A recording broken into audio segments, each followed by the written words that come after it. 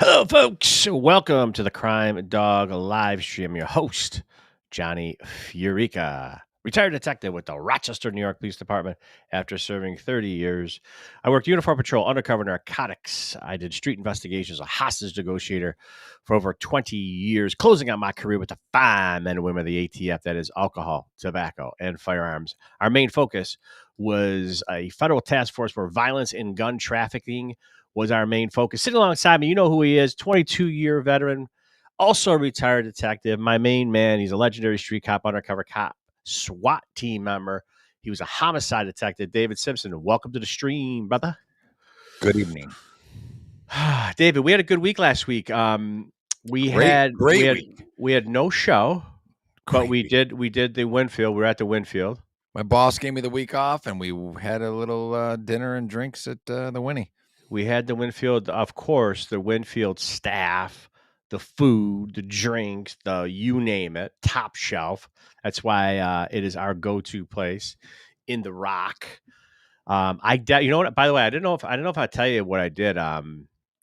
I said to Carm and Travis, her son, that bartended magnificently that night.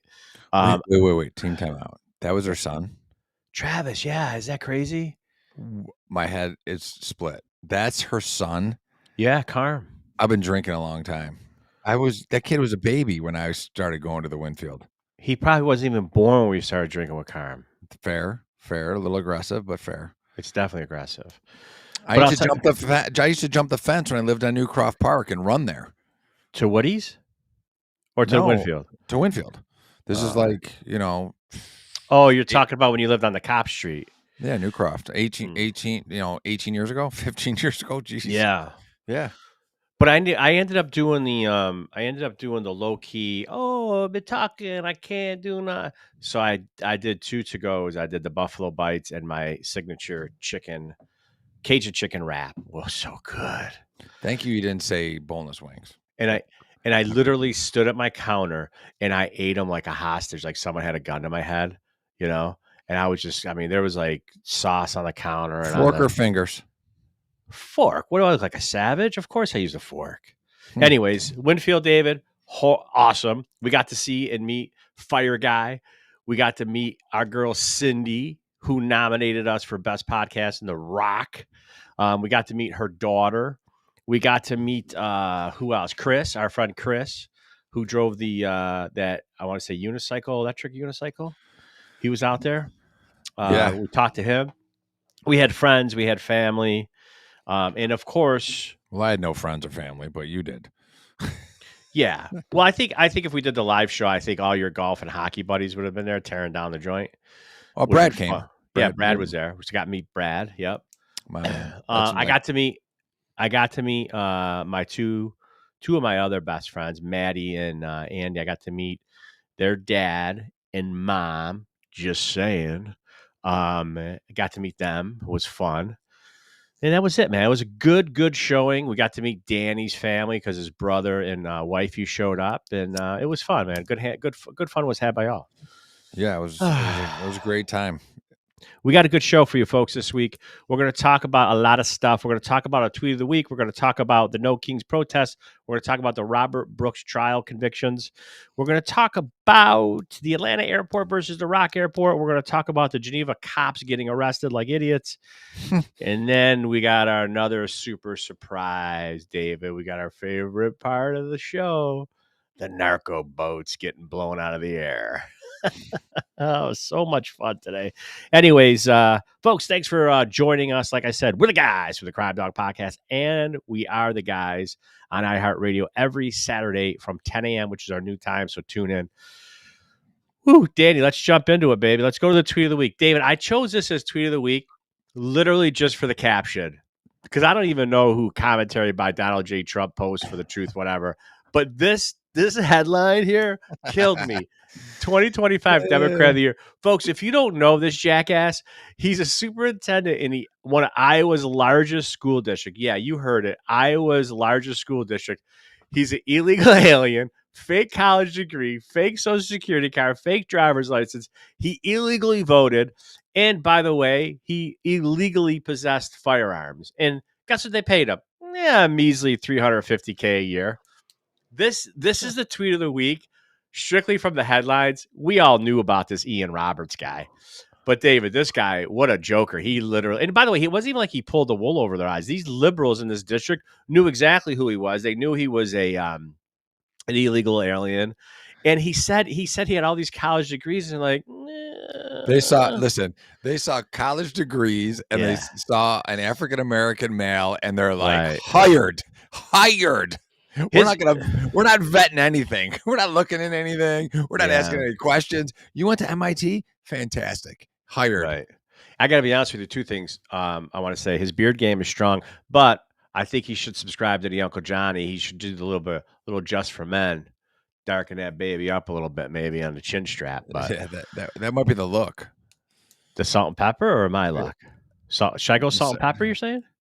Oh, you work through a little color in that? Yeah. Really? David, I'm not ashamed of my game. Do you put a brush in? How does that work? Do you spray it on or like brush it on? Spray it on. What do you think I call a painting company from down the street to spray my beard? No, it's just for men. You got a little baby brush, you you put it in there, and then it darkens it up a little bit. Yeah. Do you ever put too much on? Or yeah. Wait. Can I tell you what Pamtastic saved my life? She was telling me for years. She's like, dude, you put too much. You left it on too long. It's like dyeing your skin.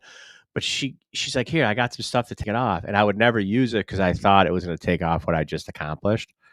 But it takes off just on your skin. I don't know who invented the take the dye off your skin, but not your hair move. Yeah, crazy, right? Look at your face. Yeah. So she gave me this stuff. It's like this liquid stuff that you could take it off your skin, even underneath your beard. Yeah. Women do it all the time. Listen, women got all the tricks. They got all the tricks. So when women dye their hair, they go crazy. Like, I look like that guy. When I grow my beard out in the winter, I'm salt and pepper. Yeah, totally. Well, you know what? It's I'm 52. I'm 52 years old. All right, there's salt and pepper. Right. What are you gonna do? I mean, look at the people didn't listen to talk about my beard game. I should do a separate podcast on that because it's very. Can we watch you do it? Could you maybe get a video of you? Of course you can. Of course. Fantastic. How long does it take? From start to finish? Yeah. For the beard? Yeah. I do it pre-shower. So you put it in, you let it digest, you let it sink in, and I wait till it gets really, really pitch black, and then I jump into shower. Start to finish. We talking 20 minutes or 4 minutes? So it depends on how dark you want it. You got to be careful because you don't want to walk out looking, like an old country singer who's 97 years old. You know what I mean? So thanks, G. I appreciate that. Yeah. It's like 10 minutes. So I leave it in for after I get all the hair covered. I leave it in for a good, I don't know. Probably, 6 minutes, 5 minutes. And how long does this have to take? You do this weekly, monthly? I do it once a week. Wow. By the way, our audience is like, these guys are idiots. Are you seriously? Yeah, that's the back. This guy's talking about Nair. Yeah, that's the back. I got to hit the back. Your back of what? Back of my back. Packing the mac in the back of the yak. He's talking about, he's the guy that got what, just said something about Nair on the back. Listen, we're going down a rabbit hole. Anyways, that was tweet of the week, folks. If you want to hear about my bathing products, I'm going to have a new YouTube channel. Sonia, I can't either. I can't right now. I can't do it. I can't do it. All right, man. So listen, David, let's go to our next topic because nobody wants to hear. A fire guy says nobody wants to hear about this. And he's my main man. So, okay. Let's go to the No Kings protest, Dan. Let's talk about that. This, by the way, had me. Look at these. Look at this. Absolutely. Look at this. Sir, do you want to take a whack at President Trump and the piñata? Oh, let's get. Okay, there's a. Look at it. This is unbelievable. Are you kidding me with that guy? Yeah. That's a kid, right? That's a kid. That's a child. Kid was like 11. What's he, 10, 11 years old? I would slap Asher in the back of the head if he ever missed a piano like that. So your anger is not that he's hitting a Trump piñata. You're his first swing was a whiff. Is that what your bone of contention is, David? Yeah. Product, a child born of a nerd. Yeah, that kid's definitely a theater kid. But I will tell you this, though. What's disgusting about this? First of all, the No Kings Day, folks, was this past weekend. They had them all over the country. It was all a bunch of BS. But what makes me laugh is The average age was about 108. Okay, and they were all white men and women. That just made me hysterical. Number one, and people are like David. They're like, oh, there was no violence. Yeah, there was no violence. Everyone had to go to dinner by 4:00. They were in bed by 7. There's no violence because the guy can't hit a pinata that's standing in front of him. My son better have punched him right in the face, that pinata, with his right hand. Yeah, that kid. Well, it's just unbelievable. Here, Danny, run the other tape of another No Kings protest. Drop that. You got that video, Danny? You gotta grab a gun. We gotta turn around the guns on this fascist system. These ICE agents gotta get shot and wiped out. Are you kidding me? The state machinery, that's a full display right there, has to get wiped out. You see the black dude? You see the black dude just looking at him kind of like on the side eye, like, bro, where are you going with this? I ain't down with this. I was just gonna say the black guy was like, "Hey, white guy, shut up." That was classic. That dude like literally cocked his head and looked out the side of his glasses, like, bro. I know we read a lot of stuff there, but I think this nitwit is like he's part of like some type of Illinois government, like Chicago. He's in somewhere, and either way, this guy got fired. I think, but what an idiot! I mean, so David, so these protests, like, oh, there's no violence, but they were like hitting pinatas of Trump violence. Is the pinata kid this guy's son? I don't know, man, but it's just unbelievable. But they're like, oh, it's no violence. Oh, no violence. Yeah, there was no violence because these people, if they did anything, they were like going to break a hip. There was like I said, the average age was 96. It's unbelievable. But anyways, the kid bashing, and then the guy saying, hey, shoot ICE agents. And I'm like, well, you can't knife them because the kid just missed the pinata. It's just unbelievable. Oh my Lord. Revenge of the nerds. They say in the hood, oh my Lord. LAWD, oh my Lord. Oh man, I just had to talk about the No Kings. David, let's jump to our next topic. We're zipping right along here. I know you've been up since 4:30. You had hockey at 6:30 in the morning. You had a long day. You had to take pictures with the Ashman after hockey practice. So let's just jump right into this. Let's go to the Robert Brooks trial. So this was a topic that we talked about for the past, it's coming on 10 months now-ish, something like that. But for those that don't know, on December 9th, 2024, Robert Brooks was a 43-year-old guy from Rochester, New York, got sent to the Marcy Correctional Facility, which is like on the other side of Utica. Shout out Utica Pie. But he died from his injuries on the morning of the 10th. Because literally he got beaten by the New York State correctional officers that were in there. Body cam footage was totally disgusting on this thing. This week was the trial. I'm not going to get into any of the specifics. David, I just want to talk about a couple things. The first thing I want to talk about is when we did first of all, again, total braggarts that we are. We dropped this story before anybody. We had the inside trader information that this happened down in the prison. We teased it. We said it's coming. People had known about something happening somewhere. We're the ones that actually dropped that there was body cam footage of a beating on camera. But anyways, he ended up getting beat by these New York State corrections officers. And listen, I'm going to say this for the record. Brooks was not a good guy. Brooks was someone who was arrested numerous times for domestic violence, beating his girlfriend. It's well documented. Okay. He was a crime. He was a criminal. I'm going to carve that out, okay? Because I get it. I get people are saying, oh, George Floyd, Daniel Prude, Robert. I get that part of it. But unlike Daniel Prude and unlike George Floyd, this guy who was 43 years old, didn't deserve to go out this way, David. He didn't deserve to go out this way. It was that body-worn camera footage was disgusting to watch. Yeah, no, you're absolutely right. It was horrific to watch, and he didn't deserve that. It's complex because the two people that I think it was two people that were acquitted. Yeah, 2 acquitted, 1 convicted. Yeah, so you have to also trust the judicial process, and the jury of their peers found that the 2 individuals were not guilty of the charges that were levied against them. So we've all been there as detectives where we've put together cases And we've all been there where we've had, I mean, how many times we've had multiple robbery suspects, multiple murder suspects, where you get a conviction, but some of the charges are a little bit weaker on the secondary individuals. You think they're culpable. You think they're part of the criminal culpability of it. They were fully invested in it, but it's tough to prove, and this seems to be that case. So it's no bashing on the prosecutor because that happens.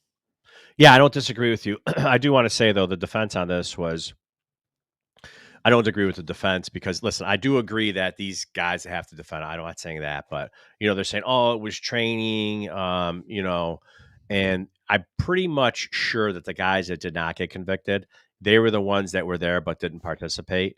Okay. They're the ones who didn't stop it. They were there, didn't participate actively, but didn't. Boom. Not in the head, David. Preach. Go ahead. No, I mean you have a responsibility as a law enforcement officer. When we all know this, we've all been there when officers have gotten to the point where they seem to be out of control. They're out of control, and it is your responsibility as another law enforcement officer and your brothers and sisters to walk them away. I've been walked away when I've lost it. I'm sure you probably have. And I've done it for other people, and to sit there with your thumb up your ass is not acceptable, and that makes you part of the problem. And I don't agree with the jury, but I do, have to trust the jury and the judicial process, like I said. But these individuals should have been like, enough, stop, we're not doing this. Right. This isn't cool. All of that, and they didn't do that. So yeah, that was my take because we talked about this because legitimate and there's a separation, right? I mean, there's a separation between COs, correction officers that work inside. They do God's work. I couldn't do it. And actual law enforcement that are out there doing actual police work, like going out and solving crimes, going after the bad guys. But when incidents like this happen, we're all kind of lumped into one pot, and they just see the uniform, the badge, and at the end of the day, you literally hit it on the head. I'm going to tell you right now, I could give two shits if these guys got convicted, meaning guilty, not the not guilty part. But I mean, I can give two shits because I wanted them to be. I think I was leaning more towards a guilty because any grown man that watches that go down and doesn't intercede should have been charged. I'm not blaming the jury. I'm not blaming 100%. the defense. I'm not blaming the prosecutors. I'm just saying that does not sit well with me as a long-time law enforcement dude. And listen, David, you and I did it, right? I mean, we were in backyards fighting with dudes with dope and guns and knives. We were fighting with bad guys, things that we don't even talk about. And this guy was handcuffed. He was literally a third of their body weight because he was a little guy, Brooks, handcuffed behind his back. For those people that criticize us like, oh, Johnny and David, Crime Dog podcast, all they do is defend the cops, those assholes. Yeah, right. Well, let me tell you what, this is going to be a pod that you could bookmark and send it to whomever says that, because this is not a pro cop, pro law enforcement live stream right now, because we got a lot of shit to say about what happened in Geneva too, where those guys got locked up. What? Yeah, and what? Real quick, it goes back to the old adage that you're either, if you're on this side of the line, right, you can't cross that line. Like then you're them, then you're there. Like if you do criminal things, then you are a criminal. You're not a cop. You're not a law enforcement officer. And, I drove home with my son today from practice, and he got in a little bit of trouble with one of the coaches due to following other people. And I go, you're a leader or are you a follower? Mm-hmm. When those kids get older and they're doing the wrong things, are you just going to follow? Okay, I'm going to do it too. Are you going to be that guy? Or are you going to be the guy that says, we're not doing that? Right. We're not doing that. And by the way, just as a point of clarification, I know what you meant when you said it, but just for those that don't, when David's saying that we had dudes, other cops, our brothers pull us off of dudes, we didn't do anything remotely close to what you saw in this Robert Brooks video. But sometimes it was Jabberjohn, F you, blah, blah. Let's get Johnny out of here because seems like he's going to go off the deep end and fight literally. No, it's stop before it even gets to a point of physical confrontation, because your brothers and sisters are strong, and they step up and they remove you from the situation because you're emotional, and you're over invested emotionally in it, and they separate you from the situation. It doesn't get to that point. Doesn't rise to that level. But this thing was disgusting, and like you said, I totally didn't even take or think about that view. Not talking about the jury, not talking about the prosecutors, not talking about the defense team. These guys were shitheads. They all should have went down. One guy got convicted. The family is upset. I saw the dad on the news. He should be upset. Absolutely. But at the end of the day, like I said, we shoot it down the middle, David. Okay, we don't kiss anybody's ass. When law enforcement or people that are affiliated with law enforcement, like COs or attorneys or whatever, we call it like we see it. And these guys are, one guy got convicted, and that video, it's disgusting. But anyone in that room that watched it and didn't stop it is in my view, it's 100% culpable. Yeah, 100%. It is what it is. It is what it is. All right, David, we're going to the next. This is something that you turned me on to a couple days ago. We're going to talk about the Atlanta airport versus the Rock airport. Here's the Atlanta airport. Folks, for those that don't know, David found this on the twits, sent it over to me a couple days ago. We've been talking about it. And as you know, for people that follow us on social media, we dropped a story about all the inadequacies about the Rock airport. We had talked about, we teased this, not the Atlanta, the Rock airport, saying, hey, in the middle of like end of July, beginning of August, like July 31st, I think, the Rock airport, something needs to be done, folks. Okay. You need to talk to whomever you need to talk to, because the Rock airport is definitely a place that is vulnerable right now. You have unarmed security, civilian security. You have not as many Monroe County sheriffs that are armed and trained out there as there used to be. But anyways, this is the Atlanta airport. Family tipped off the Georgia Police Department, and guy said he was going to go in there. He's going to shoot up some people. They ended up arresting him, David, inside the airport. He was unarmed, but when they went back and went to search his car, there was an AR, and there was an automatic. It was a rifle, and there was also a clip of, I believe, with 20-something rounds in it on this caper.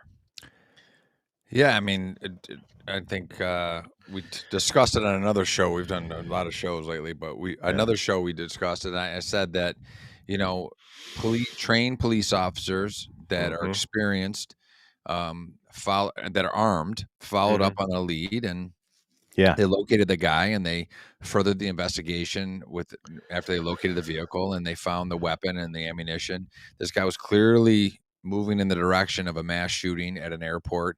And, we have unarmed security that appears, based on recent events, to not be the most professional outfit I've seen. And how are they going to stop that same situation if it were to happen at the Greater Rochester International Airport? And that's a question we all have, because our sheriff's deputies certainly would have. Right. And, we're in a tough spot. And it's kind of faded away. We rang the bell, and it's kind of up to other people to pick that up. Yeah. Much like the Penfield thing, and kind of do what they want to do with it. Yeah. We brought it to people's attention, and it's kind of starting to fade away, but it shouldn't, because it's a problem, and it scares me to see what the future holds for any airport that doesn't have trained law enforcement officers saturating the facility, both on the outer perimeter and inner perimeter. Well, I'll tell you what, this is a "We Told You So" segment, because remember, we've done a couple podcasts before where we clearly said, "We told you so, we told you so, we told you so." This is a "We Told You So" incident where we were discussing the Rock airport last week. Now this week, we're talking about Atlanta. This is exactly what we're talking about. We're talking about that curb, that curb, walking up from the curb into the airport, making sure that the first line of defense should be armed cops, should be armed police officers, people that know tactics, people that know how to shoot, people that know how to neutralize a threat. And because when you walk into an airport, you got moms and dads, you got children, you got grandmas, you got grandpas, you got a lot of vulnerable people. And by the way, newsflash, you can't take your effing gun and bring it into an airport, which is a huge problem. So you're going to have somebody on the front line with a gun, because a good guy with a gun is always ready to stop a bad guy with a gun. You hit it right on the head. Home run, because anyone that does their due diligence knows that if you go to get inside an airport with a handgun by parking your car and just scooting in there, which we've all done. We've all gone into an airport vestibule to the baggage claim, no matter where it is. Right. And it's not that tough to do. Right. But you can start popping rounds off at unarmed people waiting for their bags, 50, 100 people. Right. Easily. And if you don't have trained law enforcement officers to neutralize that threat swiftly, you're going to have a lot of bodies on the ground before that threat gets stopped. Yeah, no doubt. And look at David, we talked about the Atlanta airport. We talked about the Rock airport last week. We told you so, folks. We're just not here jabberjawing. We have a ton of experience. We sent out several warnings. We give people advice because of our training and experience, mainly our experience. But Danny, why don't you pop up with the Rock airport? Let's pop up their security right now. Let's show them. Here we go. Oh, what? Get off me, Tupac. It's my cupcake.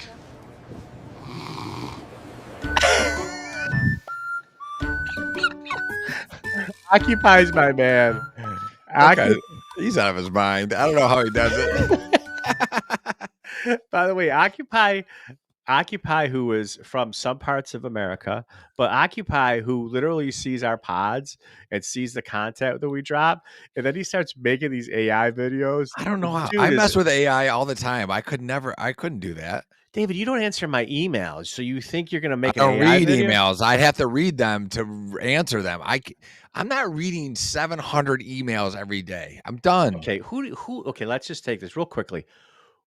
Why do you get 700 emails? Are you like my wife? It's from Sephora. Yes. Famous footwear from Foot I have a daughter. Yeah, Sephora. I got my credit card. Yeah, I get Sephora. I get all these. Yeah, I get inundated with these advertisements. 700 emails because, by the way, I have kids in youth sports. You know how many emails you get from youth sports every day?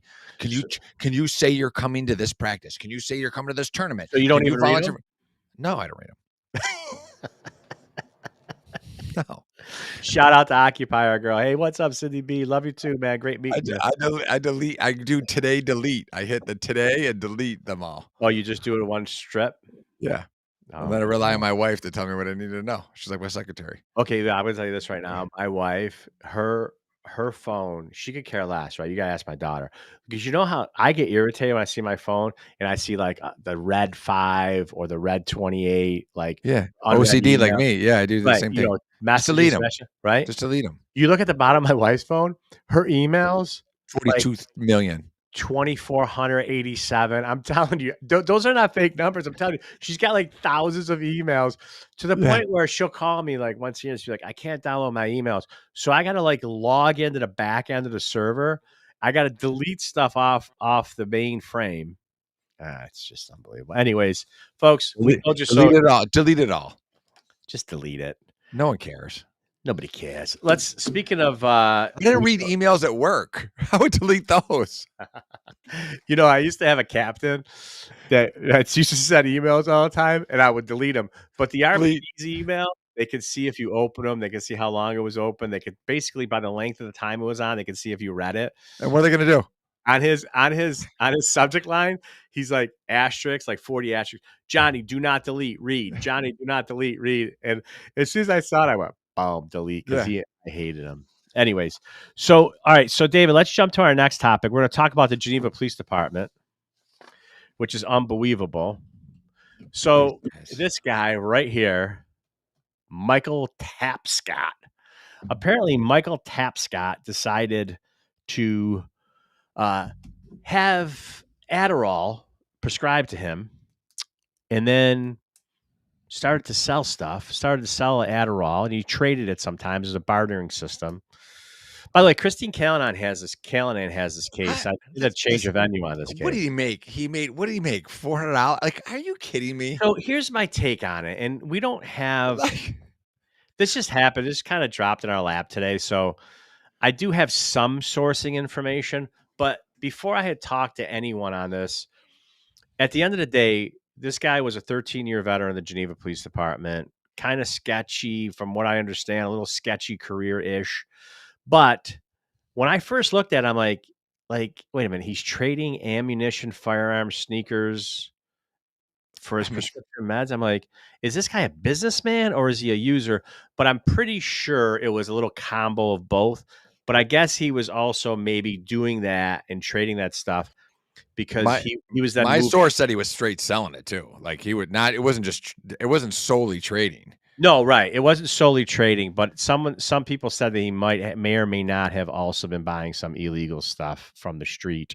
But Oh, yeah, this guy is a beauty. And then there was some tampering with physical evidence because I think they got him on tampering charges because the two other guys that got on tampering charges because they try to delete some stuff, text messages off the phone with Joker. This is so minor. Like, I love every law enforcement officer does a good job. Small town, urban environment, state police, whatever. But I know what you're saying. This would never hit our rule. This would never hit our. This would never hit our. I had a dude that I arrested who escaped from the Monroe County Jail. Yeah. That offered me $500,000 cash to. That's how you build your house. Yeah, to look the other way. Like $500,000, and I wrote it in a report. He offered me $500,000 cash. Oops. And it didn't even make my pulse, go up. This guy was selling Adderall. Are you kidding me? What do you buy? A Big Whopper or Big Mac? Like this is like. Well, listen, like the sale fifth charge, which by the way, we're not making fun of the cops down there. We're not making fun of the prosecution because Callahan's the best. But at the end of the day, if this dude worked at Kodak, this would be a non-story. And I understand we're held to a higher standard. I get it, but this D-bag, what a D-bag. You know what I mean? Disgraces the badge again. And yep. You know what I mean? You're right. And I shouldn't be joking about it. I'm just looking at it for the perspective of how are you in this career, doing this on a daily basis, going through everything we have to go through, and you're selling this for like peanuts on the dot. Like, it's so stupid. This guy's he should be prosecuted to the fullest extent, and his fellow officers should want to beat the shit out of him because talk about making a department look bad and your fellow officers look bad. This guy's the poster child for it. And by the way, Geneva's got some really, really great dudes in it. Some really, really great coppers. They used to golf in my tournament every year. They came down with a foursome. They were awesome dudes. There was like 4 or 5 guys used to come down, and I loved hanging out with them. They're great dudes. And I haven't seen them since we stopped the tournament. But at the end of the day, this guy's a disgrace because all the good stuff that those guys do, this dude just totally disgraced. And another shame of the badge, tarnish of the badge. And like I said, David, right? We bashed the correctional officers. We bashed this dude.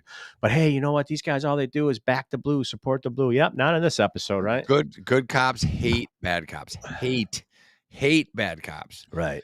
Because we have to put up with so much BS because of the 1% that does this type of stuff. Yeah. Right. Because if you were on the street, I guarantee you, if you're on the street right now, even in Rochester, what are you doing? You selling your pills now? You're selling, they try to goat you into stuff, but these jackass and whatever. And look at, man, at the end of the day, what it comes down to is I know that we did go after some nasty dudes, and these charges are smaller. But I'm glad they're doing this to this dude because this guy, he should be kicked out of the club. You know what I mean? 100%. So, not one of us. He ain't one of us. David, we're coming to? What? Oh, by the way, folks, don't forget to vote for us. Don't forget to vote. Rock City Mag. Go to Rock City Mag. Daniel, pop it up here. There's the belt. Yeah, vote for us for the Crime Dog podcast. Go to rockcitymag.com. It's right there at the bottom of the screen. And go there. This is the final ballot, folks. So when you voted for us last time, you didn't vote for us last time. What it was the top 4 vote getters, and we came out number 1 in the vote getting. That's why we're at the top of the ballot. Has nothing to do with it being alphabetized, big shoots. So at the end of the day, you got to go to rockcitymag.com and you got to vote for the Crime Dog podcast. Kind of tinker around with it. Go down to like entertainment and but you'll find it.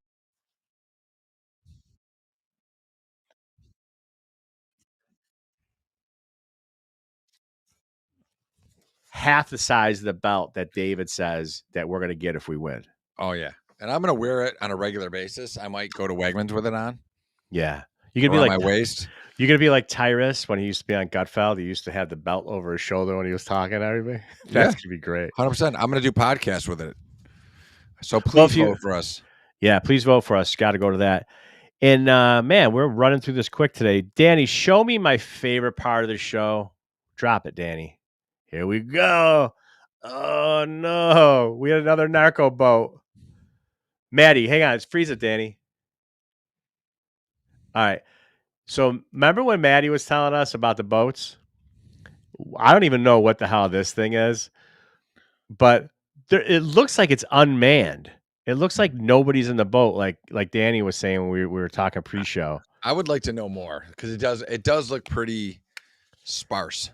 Yeah, it looks like now are they doing this like remotely, or are they just doing it like when you used to go and play in the tub? Remember those little boats you used to have? You used to take the rubber band and you just go across it. Like, how do they get it across the sea? Well, I mean, was it some other show we were on? We talked about the fact that them sending over some look at me boats, like send an one person man boat that's empty, right? So folks, for those that don't know, these boats are coming from South America. They're coming from Venezuela mainly. They're sending them over in the first few votes. Like this might be the 7th boat that got blown up. You can hit it, Danny. You could show the blow up. Here we go. Boom, boom. Love it. That's the best job in America, by the way. The guy that gets to freaking blow up those boats. It's like a video game. Yes, 100%. But you were saying on, I know, Danny, David, we recorded a whole shit ton of stuff this week, but we did talk about it, and we talked about the intel on this. So the RPD, the government, the federal government, isn't just like putting their satellites out there with their cameras like this. And just blowing boats out of it. Their intel, their intelligence that they gathered before they blast these dudes out of the water and hit them from Kingdom Come. They're really doing their research. And people are like, oh, well, one guy was a fisherman. Okay, yeah, sure, he was a fisherman. Yeah. Just one day a fisherman, the other day a cocaine smuggler. The other day, fish food at the bottom of the ocean. Right. Exactly. But no, at the end of the day, David, it's always that guy. Remember when we used to stop everybody from April and May and June? Why do you have $3,000 on you? Oh, I got my tax return. Got my tax returns. It's like these guys. Oh, they're just fishermen. They're on a boat in the open sea. Yeah, with 452 kilos. You got an $8,000 tax return. What do you do for a living? David, we talked about it, but you know what, man? When you talk about these guys, remember we're like, how do they get? Which is why that looks unmanned. Remember we talked before. How do you get the dudes on the dock? You're like, do they draw straws? Do they do straw shoot? Do they play rock, paper, scissors? Right. Like, who decides they're getting on a manned boat? Because they know Trump's blowing these things out of the sky. I just thought I stopped a guy. He had $8,000. He had like $6,000 on him, and it was in like 1s, 5s, and 10s. It's like, that's my tax return. I'm like, a 1, 5s, and 10s. Like, he cashed it. $6,000. $6,000. No, but people, just let me. To the 72 people that are listening, if we're lucky, right. The only place in the world that cocaine is produced is in Peru, Bolivia, and Colombia. Right. Okay, so it's right. And that's the only place it grows.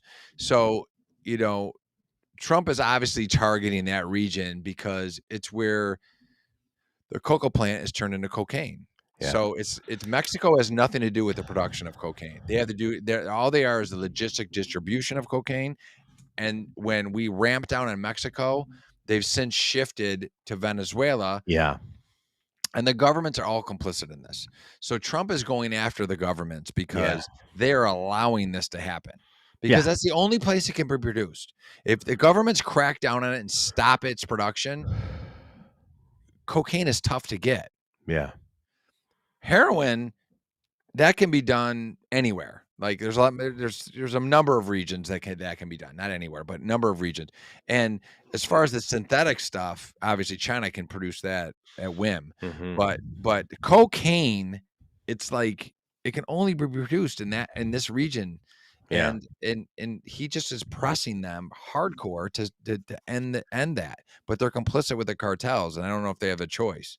Well, they don't have a choice. Nicolas Maduro is definitely a cartel member. You don't run the country of Venezuela without having the backing of the most powerful cartel.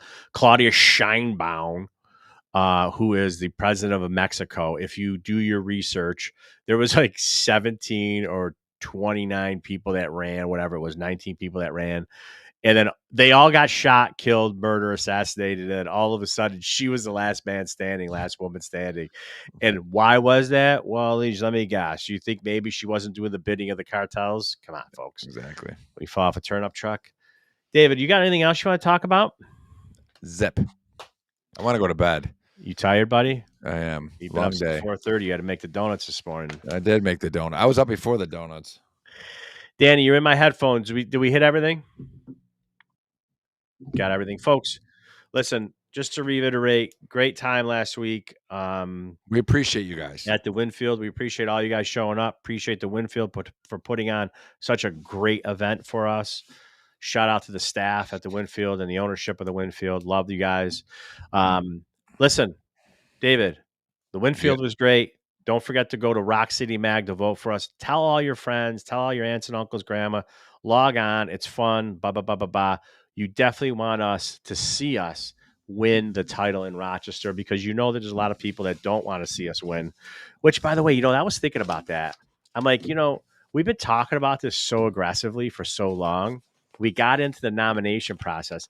Do you think like there's shadow banning going on? Like do you think that there's other people that can't stand us? I don't know what shadow banning is. Like, do you think they're going to try to ban us by shadow banning is wrong term, but do you think people are doing shadow bans like when social media, you get banned from like Twitter, but they do it behind the scenes. You don't even know it. Do I think people don't want us to win? Yeah. But do you think like they're doing, but do you think like people are doing like voting for the other people that are on the ballot just to sabotage us? Yes. And I think sons of bitches. And I think City Magazine will, if we win, I think we're going to win.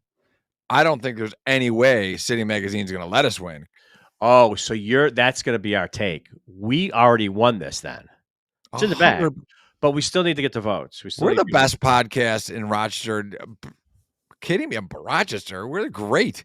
There's no way we can't. No, I'm not humble. There's no way we can't. We're not winning this. Right. If we don't win it, it's because it's a liberal rag and we didn't get. Whoa. It wasn't honest.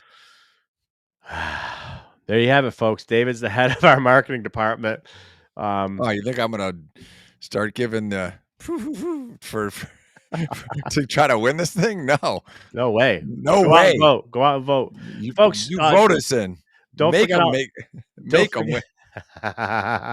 Don't forget to check out our sponsors, Fleet Feet. If you need shoes for running or walking, they're the best. They got 2 stores in Rochester, 1 in Buffalo. Need a house, David? How about this? Check out Rick Borelli at rickborelli.com. He owns that place. WCI Realty is the realtor company that he works for, and his place is rickborelli.com. And of course, we already bragged about our favorite place, the Winfield Grill. Gabriel, we agree with you. It will be an iconic win. I don't know, David. What do you think? Never you think the fix is in? Yes. Yes. Oh, wait, I know. Wait, Fire Guy gave us the fire hats. But listen, I love the hat. My son wore it the morning after. I'm not wearing that hat on the show, bro. I wore it for the picture. Oh, that's cray.